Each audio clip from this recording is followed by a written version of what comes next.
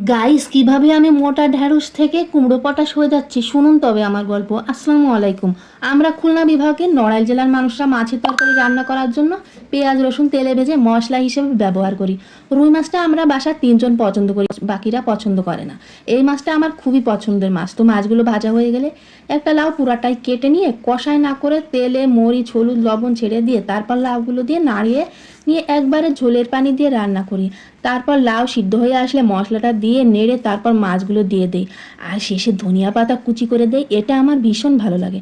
তরকারির স্বাদটা যেন দ্বিগুণ থেকে 3 গুণ বেড়ে যায়। গাইস, তোমরা এভাবে একদিন রান্না করে কিন্তু খেতে পারো, আশা করি অনেক অনেক ভালো লাগবে।